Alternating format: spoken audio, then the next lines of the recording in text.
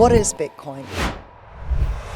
It's digital money, and that's what Satoshi Nakamoto. He came up with this white paper with the fundamental idea of it, and he wrote the first 30,000 lines of code that embedded this set of rules. Every transaction that takes place with Bitcoin held in this blockchain. So people come in thinking, oh, maybe it's a quick get-rich-quick scheme, or there's some way to just jump in and make a quick profit. What I would say as a starting point is it's really hard to trade. The reason people really get involved in Bitcoin as an investment is... Carri, thank you so much for joining me on The Bottom Line. Thank you for having me. It's absolutely a pleasure to be here. Well, let's get straight into it. We're going to talk about all things Bitcoin. It's been 4 years and I've had so many people say to me, you got to do finance, you got to get people on there, how you make money. And the way to do it, I think, from my perspective is to get a Bitcoiner in and let's talk about Bitcoin. But before we do that, tell me a little bit about yourself and who you are. I'm actually going to start with my upbringing. I was brought up by a gold bug. Oh, my no way. mother was fully down the rabbit hole of gold. Her passion in life was economics and geopolitics. And so I remember I was 5 years old when Nixon decoupled from the gold standard. And I remember at 5, there being talk around the dinner table around that. So I was brought up learning a lot about debt, US debt, the size of the debt, not so much about money printing. That's something that we'll get into perhaps later in the podcast, but I really understood this kind of spiral nature of debt, and it helped me to understand the value proposition of gold, and that's been really useful background when it comes to understanding Bitcoin. But from there, I, in fact, moved into stockbroking for 10 years. Wow. So I've got a financial markets background. I was on the fixed interest desk, followed by the private client desk at JB Weir and Son back in the day when it was still independent. And I was then put through, I was making monthly education seminars to retirees about various asset classes, basically an introduction to investments. And we were put through a presentation skills course, the entire private client desk was. And I found my calling, and the clouds parted and the angels sang and went, this is what you should be doing with your life. And I ended up going down that path and kind of chasing up with the guy who ran the training, and then I landed in that industry. And so for 30 years, I was a presentation skills trainer and coach. Still am. But what happened was during the COVID years, that got really bumped around. So I was doing it online and that worked. But then when we opened up again in Melbourne, you will have been through all of this with me, people would reschedule to make it live, and then we would shut down again. Yeah. And so we went through all of this palaver, the stop-start, and I was getting old by then, and I'd restarted that business a few times for one reason or another, when I'd moved cities, when I'd stopped to have my son, etc.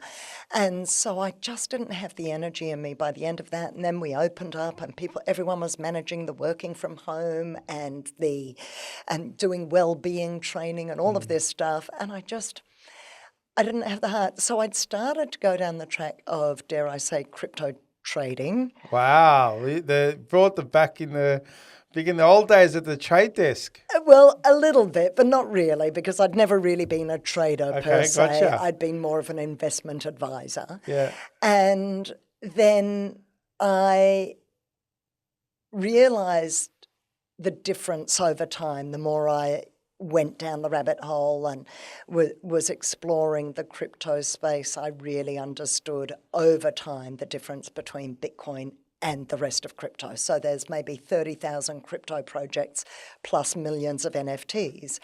And the penny dropped at some point along the line of just how fundamentally Bitcoin was different from the rest of the market. And then I fell madly and passionately in love with Bitcoin, as people do in this space. And so I just kept researching, and it's just an endless rabbit hole of different areas you can be studying and understanding when it comes to Bitcoin. Carri, you mentioned crypto. There's 30,000 crypto projects, and then you got excited about Bitcoin, as we all do. Can you briefly, for our audience that maybe hasn't gone down either of those rabbit holes or understands blockchain, cryptocurrency, and Bitcoin, give us a brief summation of what that all means and what it is? Absolutely. So I'm going to stick to Bitcoin here in the answer because I can't speak for the other 30,000 cryptos, except to say that very few of them share the same fundamentals as Bitcoin in terms of what they do and how they operate. Yeah. So in terms of what is Bitcoin, I think it's really useful to start with the white paper, which was published in 2008 by a pseudonymous cypherpunk called Satoshi Nakamoto. And we don't know whether that's a he, she, or they. Might have been a group of people, we just don't know. And the white paper basically described the foundation for a peer-to-peer electronic cash system. And that had been worked on for years. People had tried to find the breakthrough in that space. Because when you and I transact, if I want to buy accounting services from you, so I mean, if it's an Apple, I can pay cash. That's peer-to-peer. Correct. Right? But if it's paying for your services online and I want to do that via ETF, EFT, if you want to transfer me the money, then we need to trust a third party, being the bank, to take care of the ledger, to know that I've got the money in my bank, that it gets transferred to your bank account, and they keep track of that ledger of the money coming out of my bank account and going into your bank account. Correct. Yeah?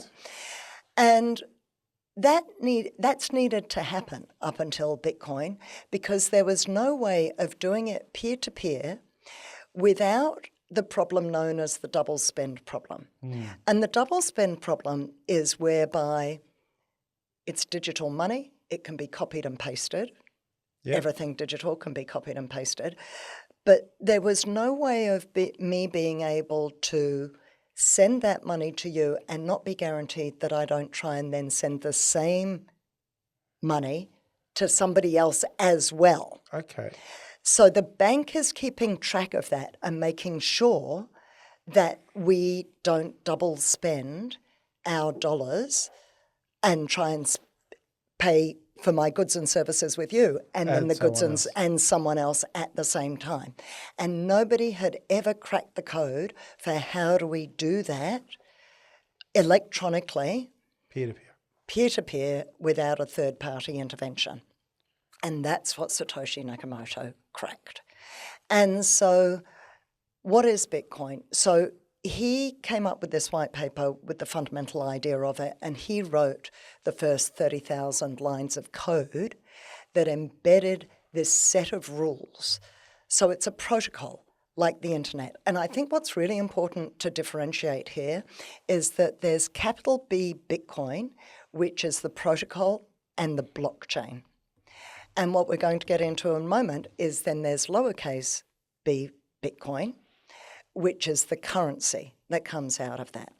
So starting at the protocol level, what's happening is that it sets up a ledger just as the bank has a ledger, but it's electronic and it's not monitored by anyone except for this set of electronic rules, this code.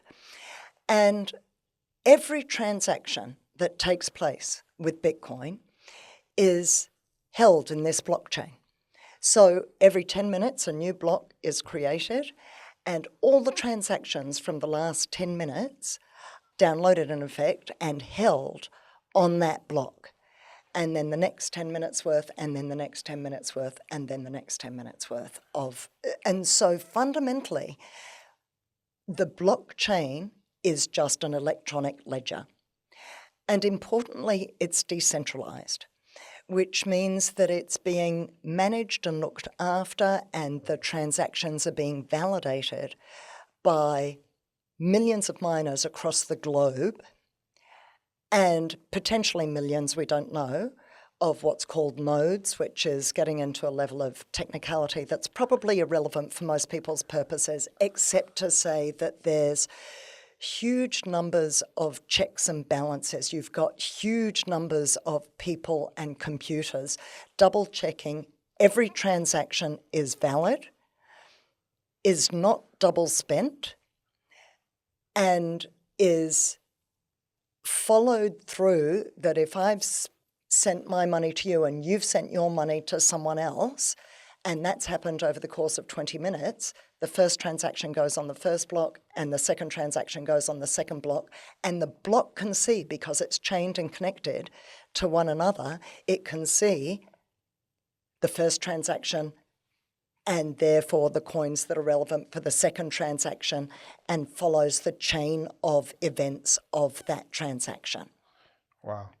So that's what's happening at the protocol level. Then what you've got going on is that to create each block, the miners compete all over the world every 10 minutes for the right to hash that block, to create that block.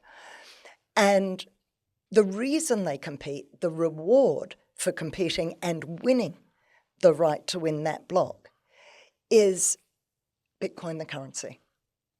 And that's the Bitcoin, the currency, that we follow the price action on. So the miner gets that first, and then it's sold on the secondary market through exchanges, and you can buy Bitcoin from there.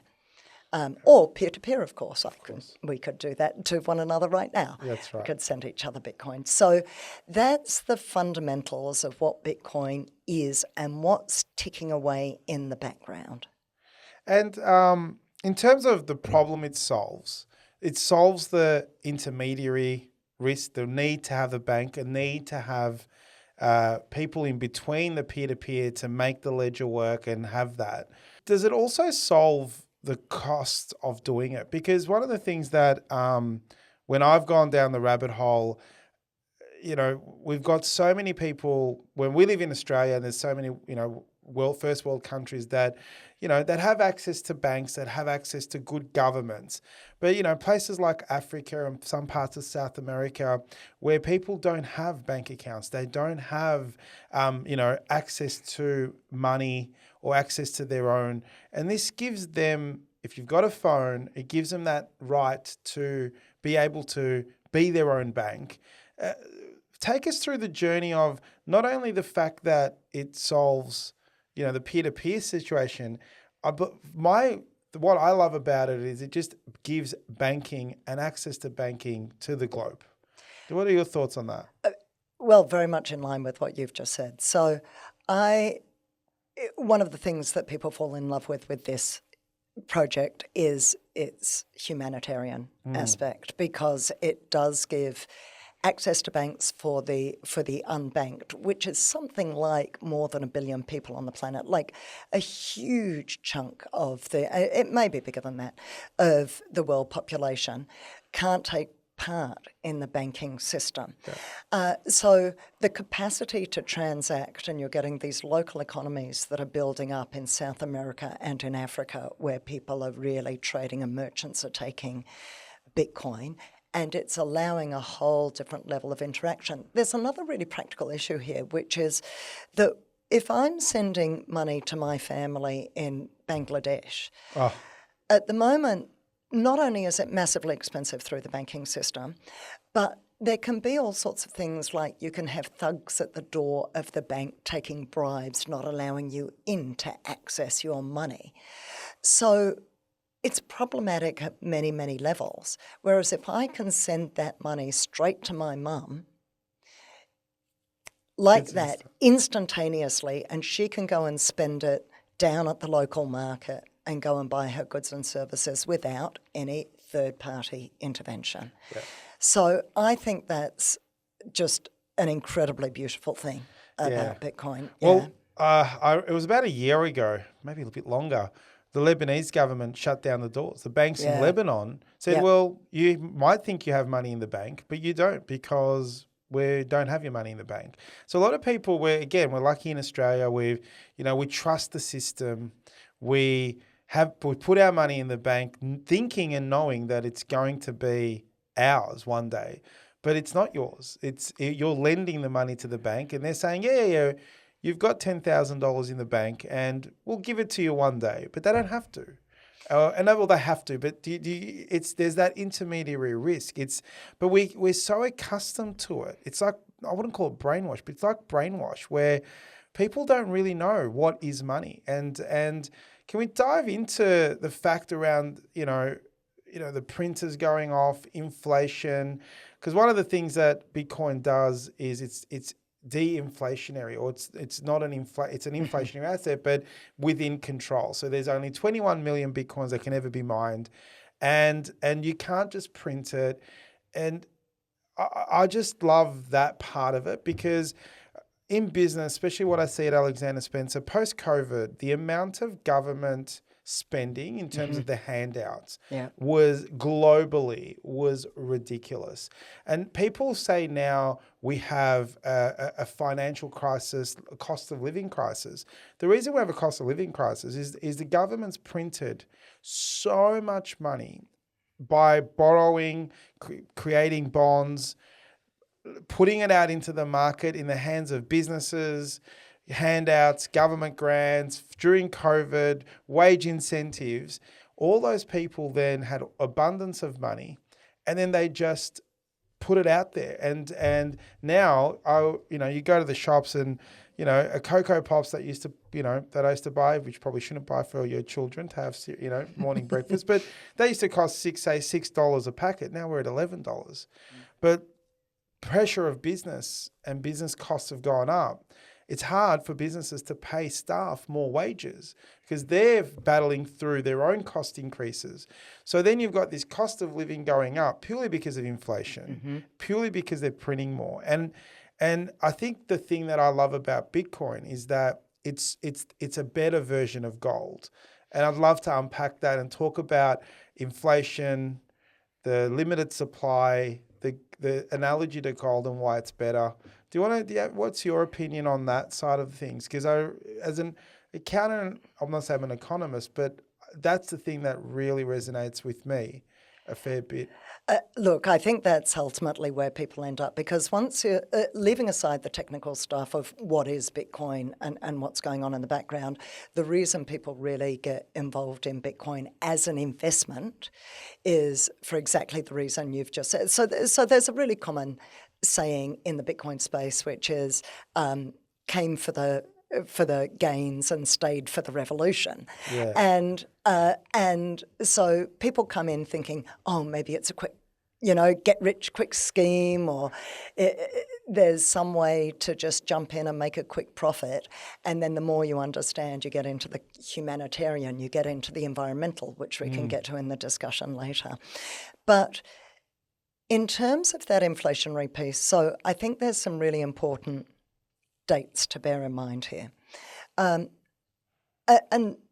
most people will know this history broadly, but in 1945, Bretton Woods, after the Second World War, agreed to the US dollar as being the global reserve currency. And so what that meant was that everybody in the world needed US dollars to trade. Now, how do you get the US dollars to them? You do it by importing goods and services and, in effect, exporting dollars. So now the US has to maintain a trade deficit in the name of exporting dollars to the world so the rest of the world can trade. And every currency that's ever been a global reserve has ended up in the same dilemma, which is mammoth, overblown debt that just becomes bigger and bigger each year. And so how do you deal with that? The money printing comes into play. So that leads us to, let's go to, from Bretton Woods, we've already touched on 1971, the Nixon shock, where he decoupled. So what was happening was that it made sense for all the countries in the world to keep a lot of their gold in America, in Fort Knox, and because it was secure, it was economically healthy, it was militarily strong. And so bonds were being held by overseas countries, Europe, Australia, Asia. But you could get your gold out if you needed to. So you could swap your bonds for gold. Yeah. France started to get nervous about their gold in Fort Knox and started to feel, this is in 1971, started to feel like maybe the US dollar was too inflated, maybe the debt was too high, and they started to send more and more of their bonds back and ask for more and more of their gold back. Yeah? And eventually it was creating basically a run on gold. Ah, okay. And so this is why Nixon said in 1971, he was fundamentally saying, we're not returning. France had sent a warship over to go and get the rest of its gold. And Nixon said it's no longer redeemable. That's the word I've been looking for. It's no longer redeemable. The bonds. The bonds are no longer redeemable for gold. So that's what started that 1971 decision. That was the reason behind it. And now what you've got is fiat, what you and I know as fiat, which is money that isn't backed by gold. So at least before, it was fixed to gold that had a stable price of 35 US dollars an ounce. And now it was backed by nothing. So now you can go for it, untethered, unfettered money printing. Yeah. And so now you can spend whenever there's a crisis, you name it, evening out the cycle, and you spend money to stop us going into recession or depression. But those recessions used to clean out all the underbrush of business, zombie businesses. They used to go under. Now they don't go under. They're kept alive by this money printing. And as you've said, money printing creates inflation. Why does it create inflation? So why don't I pay you in sand? Because I can't do anything with sand. I can't trade it. It's easily the wind can get to it. It can dissolve. It's not hard. Absolutely. It's not hard. And there's so much of it, I can just go and grab more of it. So it becomes valueless. Correct. So for all of those reasons, and this was tried throughout history, we started with barter and then we moved on to choosing currencies, and sometimes that was shells and sometimes that was glass beads and sometimes that was, but each time it could be diluted because I can always go and get more shells or I can always go and make more glass beads. Yeah. And so it becomes valueless over time because if you're paying me in glass beads and I've got a glass bead factory or I can go down to, a beach with more shells, it's not worth anything to me, so it becomes valueless. So what we think of as inflation is not actually prices going up, it's the value of the purchasing power of your dollar coming down. Correct. That's what's actually, it looks like number go up, but number go up being the inflation, the price of your goods and services is going up because the value of your dollar is decreasing. Yeah, I tried to explain this to my daughter the other day around inflation and the power of money. And not the power of money, but that whole glass bead stuff. And we sort of tried to solve money problems like it was, 3,000 years ago. It was really cool. And I said, okay, well, how can we create money? And we talked about beads and stuff. And I said, okay, if you have 10 beads and there's, one bead being produced and da-da-da. And we kind of went through this. She uses these little beads to make stuff like jewelry. So we sort of did that and said, okay, then we've got now 30 beads. You've got 30, I've got 30, da-da-da. And when you go to exchange those beads for, different things that you want to buy, you might go, I'll give you 2. And then I dropped all these beads on the floor kind of thing. And I said, is your 30 beads, how valuable is that? She goes, it's not that valuable anymore. There's so many beads. And I said, well, that's what slowly is happening Cool. in the market with inflation. So, and we talked about her little piggy bank and rah, rah, rah. It was really interesting. It was really fun. But she got the picture when she realized, when something cannot be replicated easily, it has sort of a limited supply, or it's difficult to make, or the value is in that. And I said, if then we started going this rabbit hole. I said, if beads of grass was money, would it work? She goes, nah, you can just grow grass. Grass is everywhere. Well, it doesn't work. Good for her. And so we kind of, and this is a 9-year-old. So Yeah. my older one, she's like rolls her eyes. But yeah, and it was really fun. And people don't realize that. So I think for me, they don't teach what is money, how money works, and the idea of money at schools. So and Bitcoiners go, it's a bit of a brainwashing system and rah, rah, rah. I agree with that, but we don't teach it properly and we don't explain how it all works. So it's all there. If you do enough of the research, you understand it, that what we currently have is this money that's not backed by anything. And the government says, well, that's what it is. That's how medium of exchange, that's how we do it. And everyone just says, yeah, we'll rely on that without real substance or thinking that this system is broken. It doesn't make sense. It's just for me, I just go, well, it doesn't make sense to me. And it's like, and that's how I kind of got into Bitcoin. It was more around, a bit like what you said. I had a bit of a mentor, someone that I knew, and got down the rabbit hole, and I got into acquiring it little by little. But then I was really intrigued by the problems that it solves and the rest. So yeah, it's interesting. It really is. The way we do this, because we do Bitcoin education, and one of the things we do in the workshop, or one of the ways I describe exactly what you're saying. I love the way you've done that with your daughter. But why is the Mona Lisa valuable? Well, because there's only one of it. If there was 30 of them, would they become less valuable? What if there was 8 billion of them and everyone had one in their home? Suddenly it becomes less valuable again. And we actually do a little game where I get out some Monopoly money and we do an auction on a Monopoly house, right? Yeah.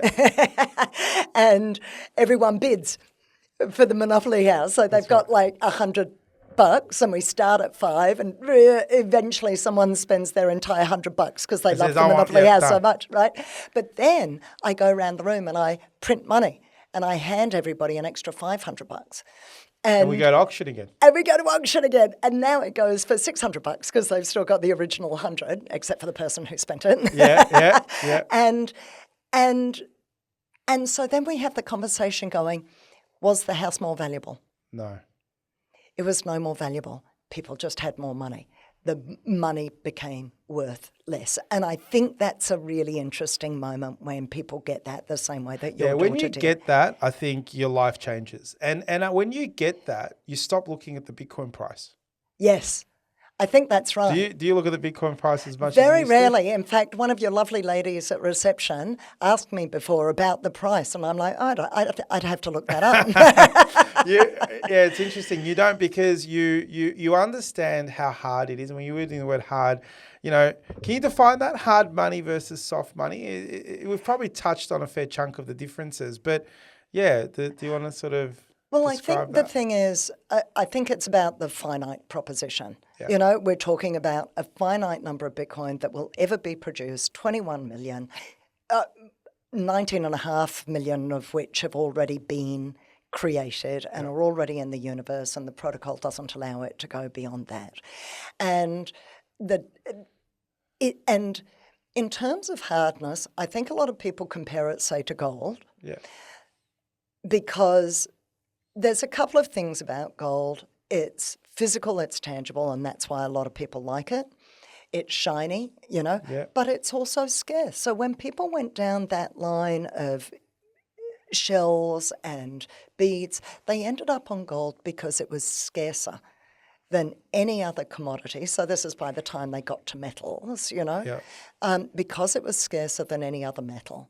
And it only comes out of the ground at the rate of 2% a year relative to the gold that's already outside of the ground and that's already being circulated. So that's considered hard money because it's got a very low inflation rate, being 2% in terms of what's being produced every year.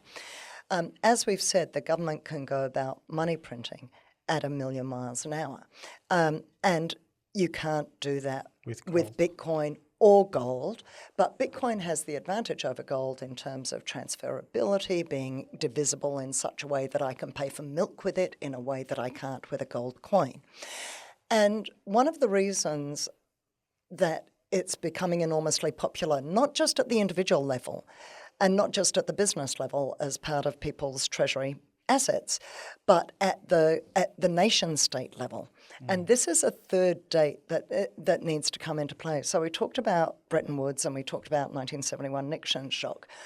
There are a couple of things that have gone on in the last couple of years that's made Bitcoin enormously popular. One is, third date to bear in mind, is February 2022, when the US dollar assets of Russia were frozen and because of the Ukraine war. Yep. So it was a way of trying to discourage the Ukraine war.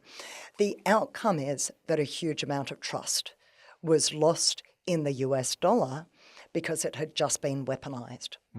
And for that reason, as well as the fact that a lot of governments around the world, like France did back in 1970, 1971, are understanding exactly what you and I have been discussing, this money printing, the oversized debt, the instability that comes over time with a fiat currency. And governments and countries are trying to trade outside of the US dollar. So the BRICS nation, Brazil, Russia, India, China, South Africa, et al., there's more of them now, are trying to trade outside of the US dollar. Their trade has dropped by 15% just in the last year in terms of usage of US dollars. People have stopped buying, like France did back in 1970, 1971.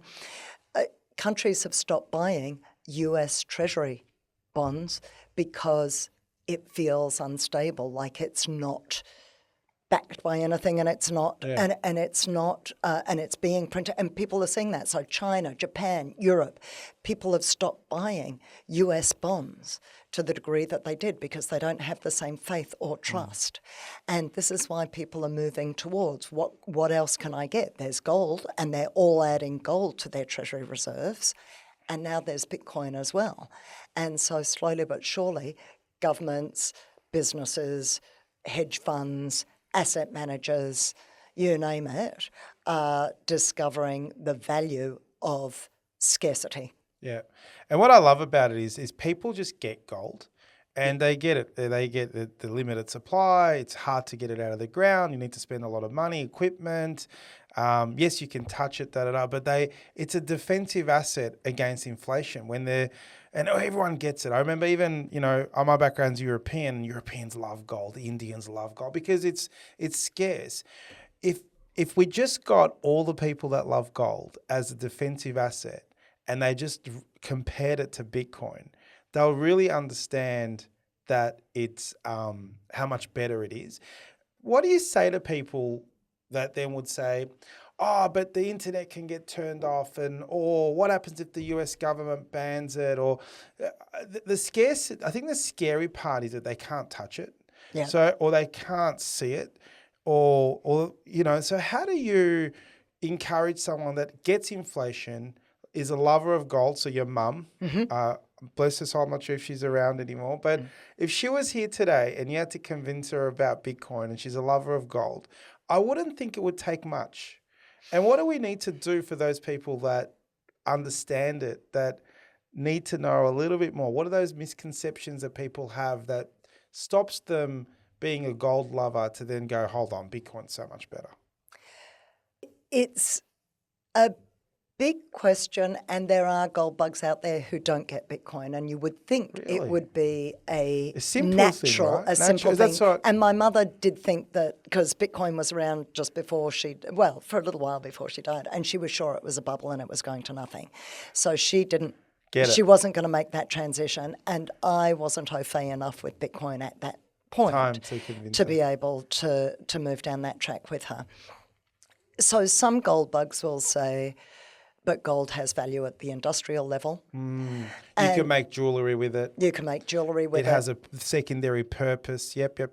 But actually, in terms of its premium and why it's going up in value at the moment, Is because... it's not because of the industrial purpose. No. In fact, everything about price action is about its store of value proposition. Yeah.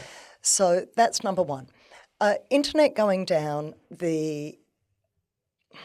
it would have to go down across the entire world. Well, the banking system would be gone if the internet went down. That was my point. It's like, well, if the internet's going down, we've got bigger problems than Bitcoin. Yeah?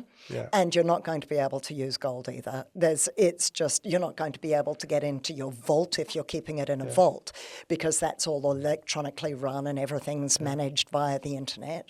So everything becomes useless, if the entire internet worldwide goes down. But when we're talking about millions of, this was the whole idea of decentralized internet, which was created by the US Defence Forces, because decentralized couldn't easily be taken out. So it's the same concept that's behind the decentralization of Bitcoin. And I think the other thing for me is I think all humans have the right to have money, make money, save money. And I've been seeing a lot, and look, we need to be conscious, and there's a question in this is, there are bad people out there that do bad things. And I feel like the governments and bankers and banks use that as a way to, they think everyone's a criminal. Like if you want to open a bank account in Australia now, oh my God, you need to literally you need to sign over your DNA in the way that they do it. The AML requirements around anti-money laundering and all of that. Yes, there are some bad people out there, but it's extending to the wider community. If I tried to send $100,000 to Bangladesh tomorrow, there is no chance I'd be able to do that. That'd be so difficult to do. They'd ask a million questions. Why are you doing it? Who's it going to? It'll get blocked. That should be a fundamental human right to be able to do that. And yes, there are bad people out there. You've got that's got to be figured out separately. I don't think you should stop that fundamental right for being able to exchange goods and services for funds. And that's kind of what really annoys me around that. I think I had a client of mine came in, and I think he wanted to take money out of the bank account. And they wouldn't, one, they didn't have the money. And the second one, they said, well, you need to have given us fair warning. What are you doing with the money? What are you going to, are you building a house? It's like, it's none of your business. Absolutely. It's not, and that's where I think as you go down the rabbit hole of what is Bitcoin and you start to question, why should the bank ask you what it is, where you go? It doesn't, the police should police. The governments should set the rules and the laws, but they shouldn't link it to general, privacy around what you do with your hard-earned savings. It's got nothing to do with them. And I think that's where I started going, hold on, because I'm in that accounting, banking world, you start seeing these things. And I know there's a lot of, hacking going on and people stealing your stuff. And I just feel like, there's a little bit of protection there, but I don't know. I'm just not liking where it's going. What are your thoughts on that? I think you'll find a lot of Bitcoiners are bothered by government overreach and banking overreach. And I went to get out, literally, it wasn't very much. It was maybe $1,000 or $2,000 to get out of the bank recently. And they were like, you have to make an appointment in advance to come and get that amount of money out, and all the checks and balances. And of course, they always use the word safety It's for your own safety, yeah? And by using the word safety, they create more and more rules and regulations and more overreach. And you'll find a lot of Bitcoiners talk about the same way that we separated religion from state back in the day. Really, what many Bitcoiners would love to see a separation of money from state. Yeah. And now there is the means to do that in a way that there never has been. Yeah. So we'll wait and see if it ever takes off to that degree as a medium of exchange. At the moment, it's used far more as a store of value during uncertain times, and it's becoming less and less correlated.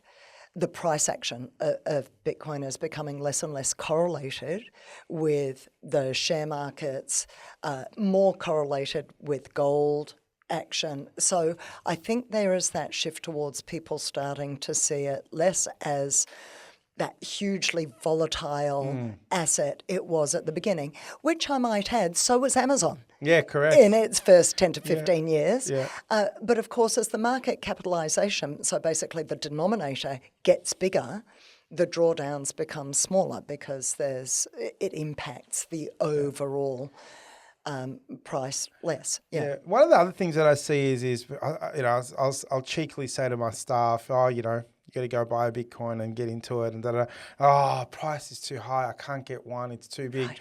And I'm like, you don't need to get one. There's a million sats you can buy get. $10 worth. So there needs to be more education around Bitcoin. So let's dive into the Bitcoin Treasury Solutions, the Bitcoin education that you do. So you've set up with some other people a Bitcoin Treasury Solutions. Take us through that. What is that? What do you do in that space? And love for you to pitch the services you provide to the community. Thank you for the opportunity. So what I find, what happens for a lot of people in the Bitcoin space is there's a huge amount of Bitcoin education out there, but you've often got to piece it together yourself. So you get recommended books and podcasts, and you're almost inundated with the sheer volume of content that's out there. But very few people are taking you through in a logical way over 6 or 8 hours and going on the journey from how is it different from other investments? Yeah. What's the risk profile of other investments versus Bitcoin? What is Bitcoin? Where does it come from? What's the history? And then looking at, does it have a place in my portfolio? So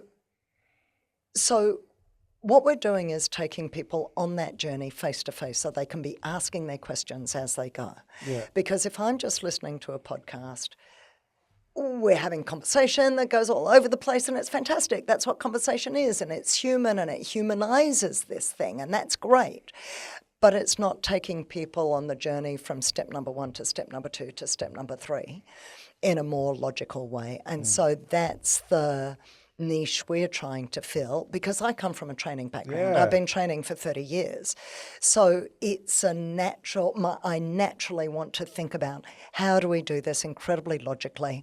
How do we consider the problem, the solution, the benefits, what it means for you personally? How do you implement it? What does that mean for you? So, and then I also tend to think in terms of, how can I bring it to life? How can we make it fun? What game can we do? Yeah. How do we gamify this in a meaningful way that makes it fun? So that's our business model. And so we're doing 1.25 hour brief introductions, and we're doing full day trainings that take people on a journey. Amazing. Now, for those listeners that are listening, you're hosting one of your events in our office. I can't remember the date, but it is going to come out. So it'll be in the show notes. Yep. So if you are around in the Camberwell area, you'll need to come to the show. But we will put the event in the show notes. But I just wanted to say, in terms of business and the fact that the words Bitcoin Treasury Solutions leans towards from a business treasury perspective, have you seen and started to notice business owners starting to think about having their reserves or saving in Bitcoin or investing their reserve capital in Bitcoin. What and maybe even taking medium of exchange and actually offering their customer base the ability to pay for their services in Bitcoin? It's not a huge uptake in Australia at this stage, and some businesses simply don't have the cash flow and the spare reserves to be able to do that.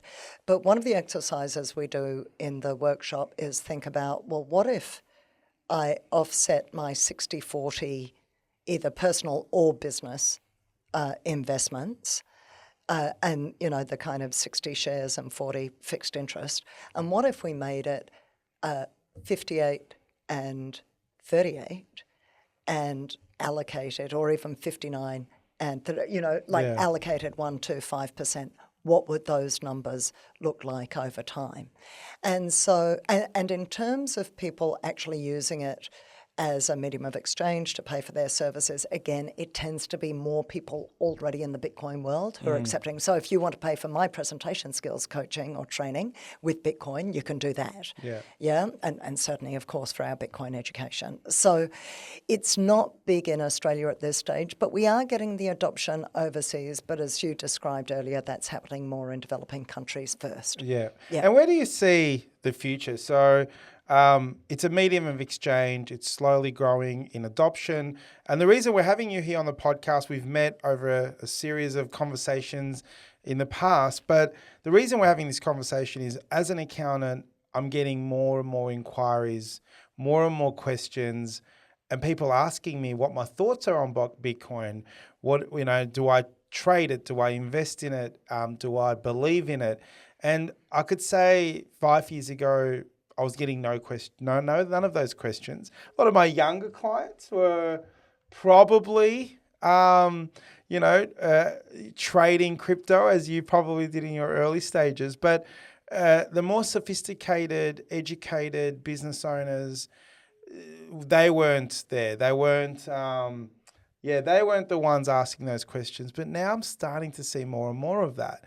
Doctors, engineers, people that have had degrees, economists, and asking those questions. And what I'm also seeing, which happened yesterday with a client, was a super, super conservative client. Land bank holder, as in land, land and buildings never probably bought a stock in his whole life. So he hasn't gone up the risk chain at all. And he's going, what is Bitcoin and what does that all mean? And I'm like, whoa, you've just jumped 5 hurdles in terms of, I don't think the risk profile is that high, but in terms of the standard, how we think through things, in the layman's terms, as what it is today, he is going, 4 or 5 steps on the risk profile. And that's what's happening. And I think because of that activity, the slow, adoption, it's still slow. And I always say to people, we're so early. It's so early in terms of where we're at. What are your thoughts on what the future holds, and what do you have these visions of what that might look like? Not necessarily on price, but how Bitcoin will be used in our society or in communities. There's a lot in what you've just said. What I would say as a starting point is it's really hard to trade. I wouldn't be trading Bitcoin or any crypto for that matter. It's a massive skill that takes years to perfect, and you can lose a lot of money along the journey. So it's an incredibly expensive learning process curve. So what I would say is, the old saying that financial advisors use that I don't know that I'm actually really a fan of as a saying, but it's time in the market, not, whatever the other. It's the time horizon. Not the timing of the market. Timing of the market, that's right. But I would say it's a minimum of a 10-year hold. That's what I say to everyone. Yeah. What do I hope for in the longer term? I think because of the scarcity proposition, over the long term, I think there's a lot of predictions and a lot of ways of calculating where people imagine the price might go in the future, and because of that scarcity proposition, it's likely to go pretty high over time. More importantly, what I think we could see is if we had what's called a hyper-Bitcoinized world or a Bitcoin standard world where Bitcoin becomes the dominant currency instead of fiat or instead of gold. And under those circumstances, you've got a currency that can't be printed. Correct. And now house prices aren't going up through the roof. And you're back to what it was in Before the Nixon. gold standard days when inflation was actually extremely low and people could get into the housing market and they could educate their kids. And all this stuff is a function of money printing. Yeah.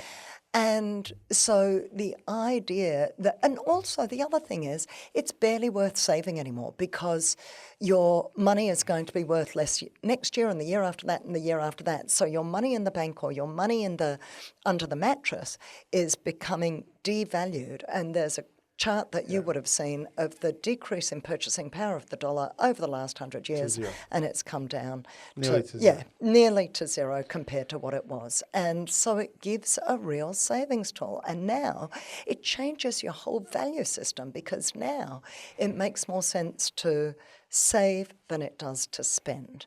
And that changes all the values of society. So much is downstream from the broken money system we currently live in.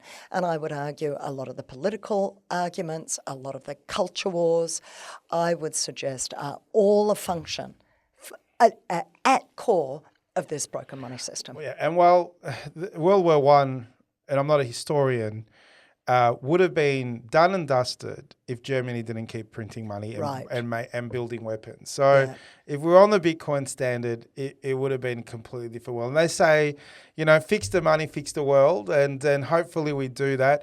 Carri, we could talk for hours. I'm going to have to get you on again because we didn't talk about the environment. We didn't talk about mining. We didn't talk about so many different other things in today's episode. But I'd like to get you on again and maybe dive deeper into some other parts of Bitcoin that we didn't touch on today. But we have run out of time, and it's been a pleasure to have you here today. And I can't wait for you to use our beautiful space for the event that we're going to run in a few weeks. And for those listeners that want to come in, it will be on the show notes. But again, I want to say thank you for joining me on The Bottom Line. Thank you so much for having me. It's been a delight.